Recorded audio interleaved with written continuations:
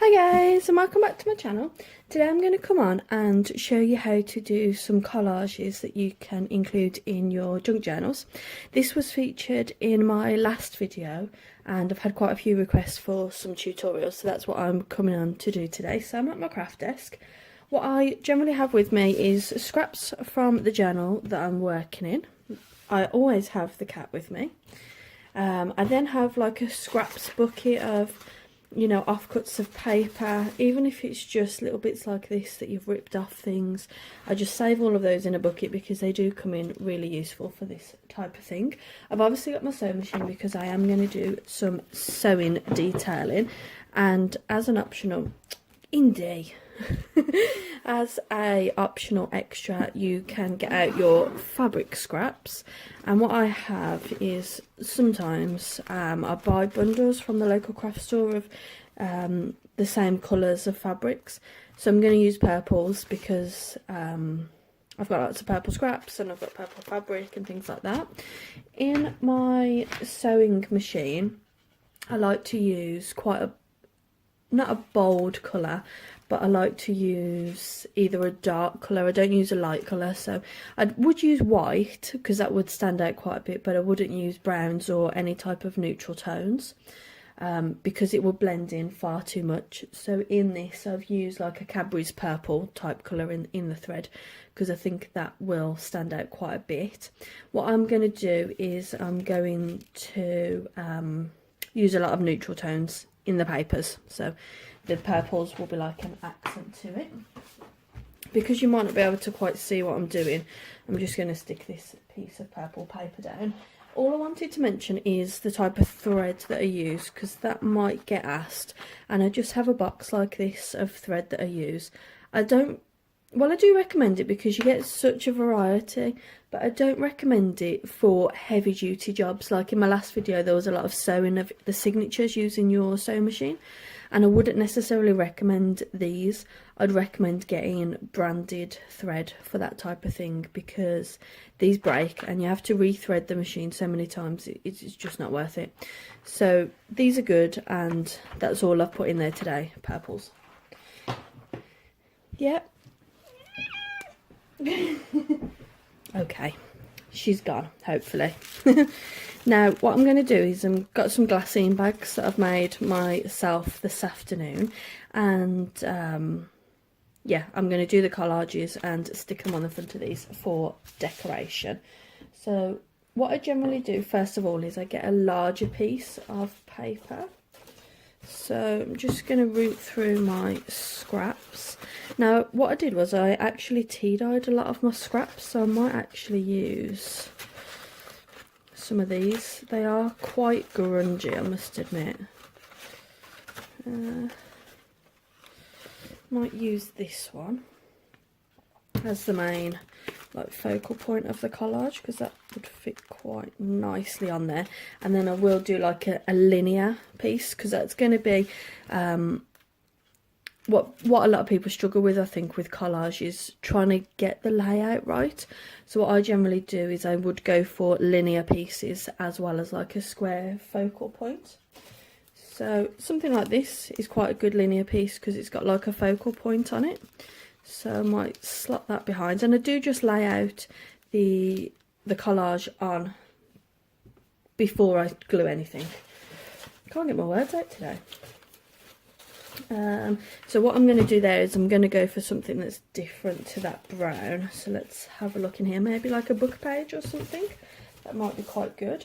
Or what I actually have a lot of is when I go to, I think it's Home Sense, TK Maxx, TJ Maxx, I think he's in America. They have these paper tapes, so I'll just pinch a load of them. So I'm going to put that underneath there, like that. You can overlap them and things. I hope the camera angle is okay. Sorry, I tried to get it so you could see the sewing machine as well. So I think we need a little bit of colour. I'm not sure I actually like this, but let's give it a go anyway. So a little bit of colour. So got all my scraps here to the side. Yeah, I might go for a lighter one of these and just chop the top off because that's not gonna quite fit. There we go. And I think I'll use some fabric as well. Where did I put my fabric? So let's have a look at what fabrics I've got.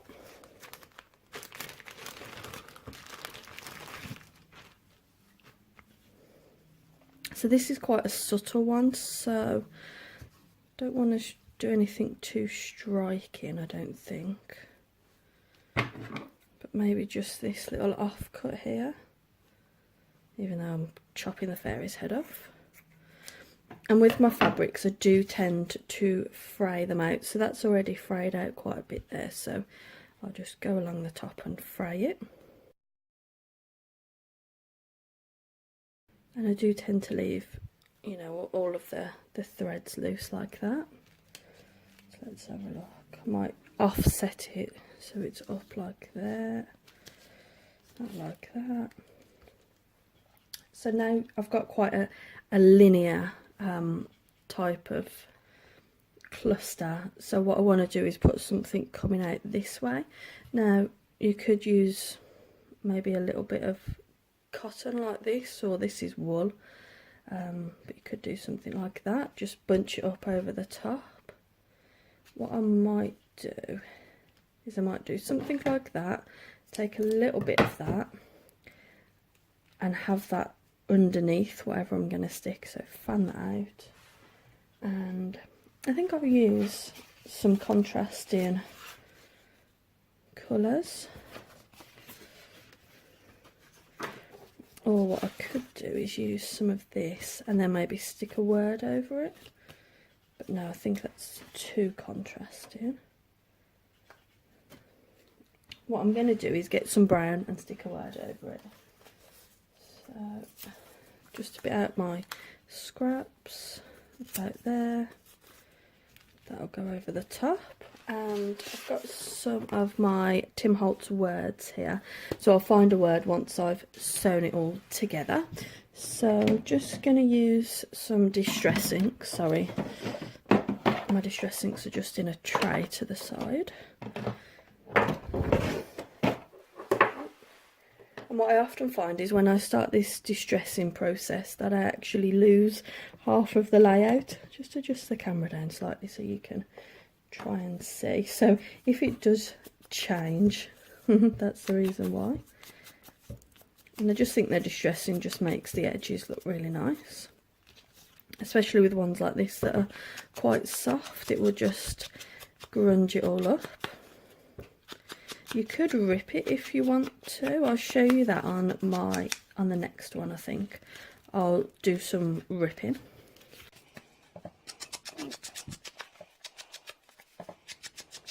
My ink pad is drying out. I tried to get some vintage photo today from my local craft store, but they was all sold out. So just distress on the top. These are really good, these tape measures. Just do a bit along there. Right.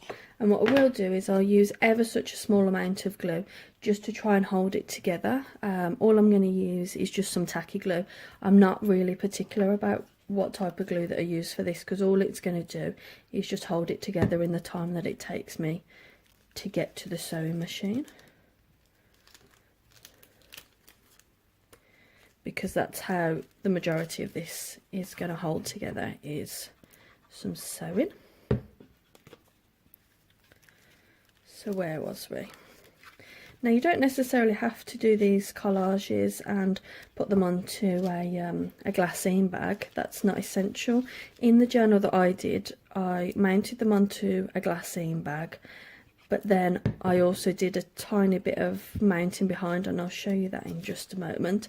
But you could do this collage without sticking it onto the glassine bag and have it as a tuck spot in the corner, anything like that. So where did we say we'd have that? Was it about there? We'll just fan that little bit out. There we go. So there we have it. That's the little collage. So what I'm going to do now is go under my sewing machine. You will obviously hear the sewing machine, so just a few quick tips before I do that. Don't sew neatly. What I'm going to do is I'm just going to use a standard running stitch. So it's nothing fancy. You can do something fancy if you want to, but what I do is I go around multiple times and I actually try and make it as messy as I can. Okay, so you'll see in just a moment. So let me move the sewing machine.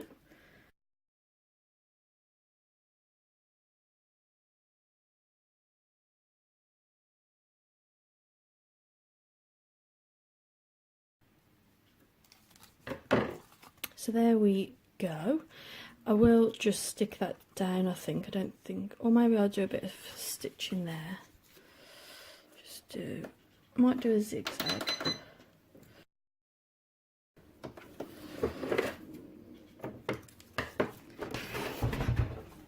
Right, so there's that, and I do like to leave the strings when I do mine.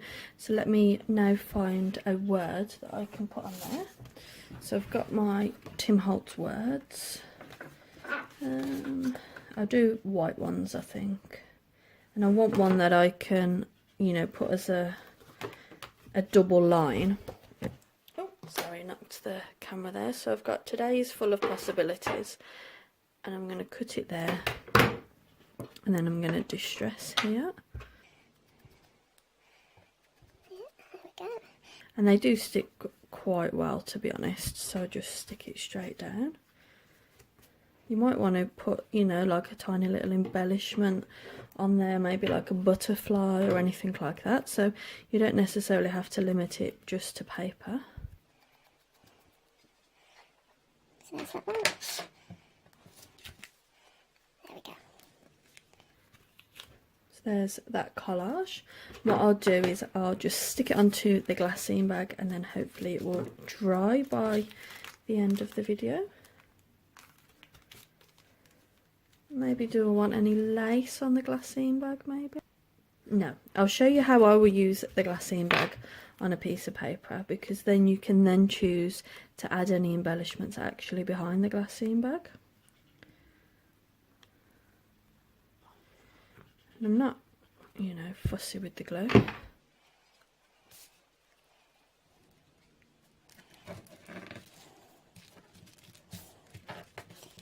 But I do like to make sure that, you know, it's now glued down so the corners aren't sticking up. So there's that. Let me get that purple piece of paper so you can see it a little bit better. So there we go. So what I'll do then is I shall, so let's say this is going to be my signature. So that's your page in your signature. You can choose just to stick that on directly. I think that makes a really nice page in a journal. Or what you could then choose to do is, let's say, let me cut that bit off. So what you would do in your journal, that would be a pocket. You don't have to glue down the top, so that would be a pocket as well. Or you could have a pocket there and leave it open at the side, so it's a pocket at the side. What you could also choose to do for decorating a page is put a piece like there and a piece like that. So there you've got a lovely collage and a little background decoration as well. So I'm going to make a second collage. I've got another glassine bag that I can decorate as well. Right, I said I was going to do some ripping, so I'll distress the edges. That's what I'll do. So again, I always start with the browns or the neutral tones for the background. So, just have a look in the scrap bucket. Like I say, I just tea and coffee stained loads of leftovers. That might actually be more of a piece for the middle. That's going to be the piece that I'll distress the edges to, I think. So, as you can see, I keep a lot of stuff. think I'll use maybe something like that. Yeah. All of these scraps always do come in useful. And what you can do instead of cutting all the time, I think I showed this technique in my last video, just use a ruler to cut where you want. So we want it to be about there.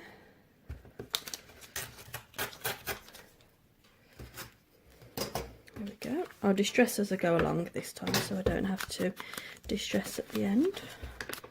There we go.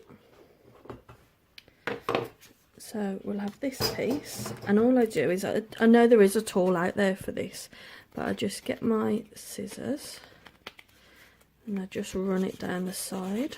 So please do be careful of your fingers and things. And that gives you like a quite nice, oh, if I can get the camera to focus. That gives you a torn edge like that. And then when you distress it, that looks really good. Sometimes what I accidentally do is rip the paper when I'm doing this, but again, that just adds to it as well. And at this point you could maybe put a bit of paint or a little bit of gesso around the edges if you wanted to.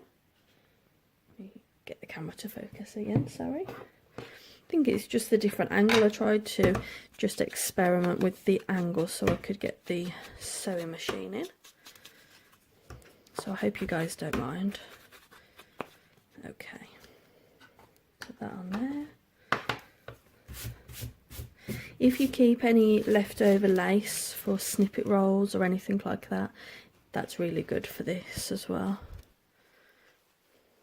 Any like leftover bits and pieces, that's a bit, I don't want to use that for that. I think that would be good for a tag or something. I've got a little bit of velvet, but I'm not sure of that one either. I think I want something that's maybe going to fray, so I do like this. This is a nice fabric, so it could go like that, I think, upwards. And again, I'm not precious about the way that I cut it. I know I should be though, because these are all, you know, supplies cost a lot of money, don't they? And that's why I generally try and keep all of my my leftovers, because with things like this it saves you having to cut into another piece of material, or saves you cutting into another piece of paper. So it's always worth keeping your scraps, even though I know that it can build up. Frayed edge better, so whichever side you prefer, just make sure you're putting your best side forward, you know.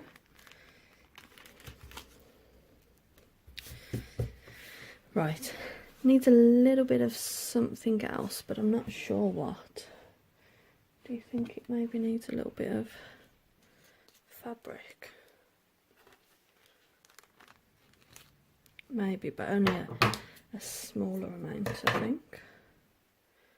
And with the fabric, I will make sure I stitch down the fabric.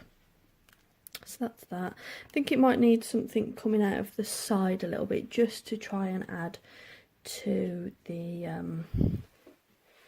layout. Maybe I'll try a little bit of lace. Again, if you've got any leftovers will be good. Stick a bit of lace on the top there, I think. Right, what do I have to hand that could go to the side?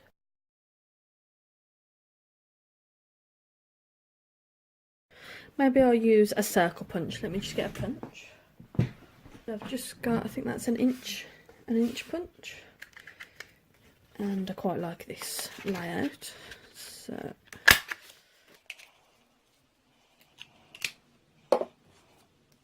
Distress it.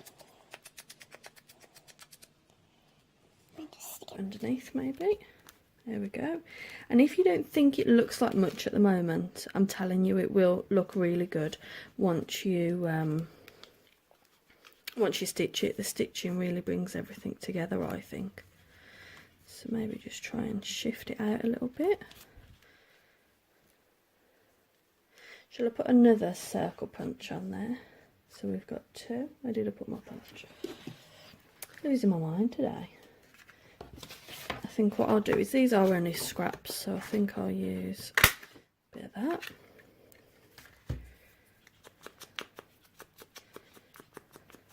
There we go. And then just layer it underneath. So there we go. And then you can add anything else that you want to the top, you know, little bits of ribbon or... So let's take this to the sewing machine. And like I said, try and go around the piece a couple of times. I know I haven't glued here, there's not a lot to hold, so I'm just going to go straight for it.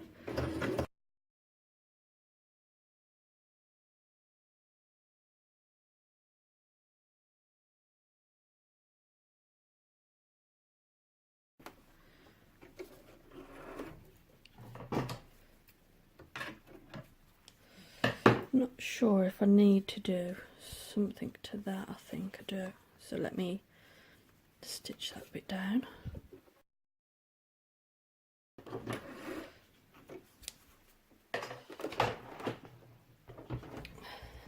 Okay, so there we go. Again, I think I might put something across it with a word, maybe. Maybe I might just leave it like that, you know, in the context of a journal, because this is only a small little tuck, isn't it? You can add all of these final little bits on when you actually make the journal.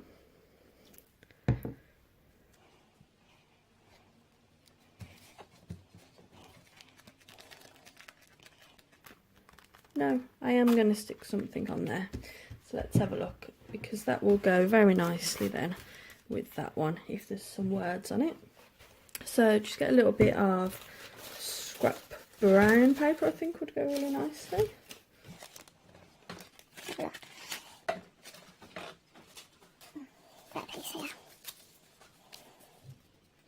So this one might only be a small word that we're probably going to put on here. And I've already stuck it down now, so I might stitch on here, just do a tiny little bit of stitching just so that it doesn't look too odd.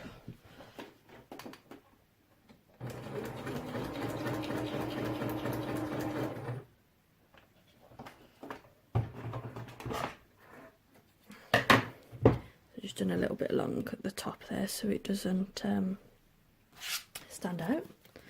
Let's have a look.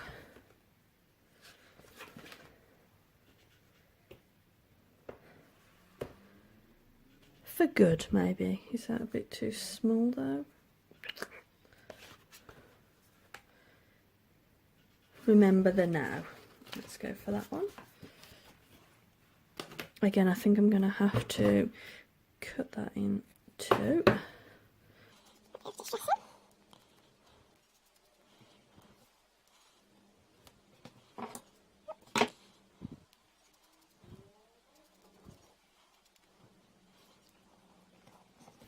There we go. Yeah, I like that, and I might hang it to the edge just like that, or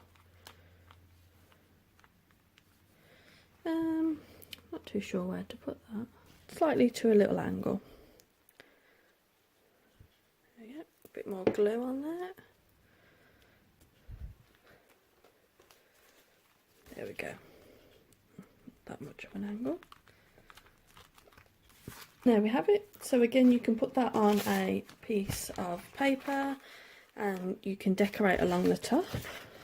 Imagine I haven't already cut a circle out of there. You can decorate along the whole of the signature. So those are those two collages. That is basically how I created them in the previous journal. If you haven't already checked out the video to my previous journal, you might not know what I'm talking about, so I will leave the description for that in the link for the description. The link for that video in the description below. Thank you so guys for bearing with me. I know I've been a little bit out of sorts today, so thank you ever so much. Thank you so much for all of the love that you've left me on my previous videos. I really appreciate it. Yeah, I hope you guys like this video and that it inspired you. Bye.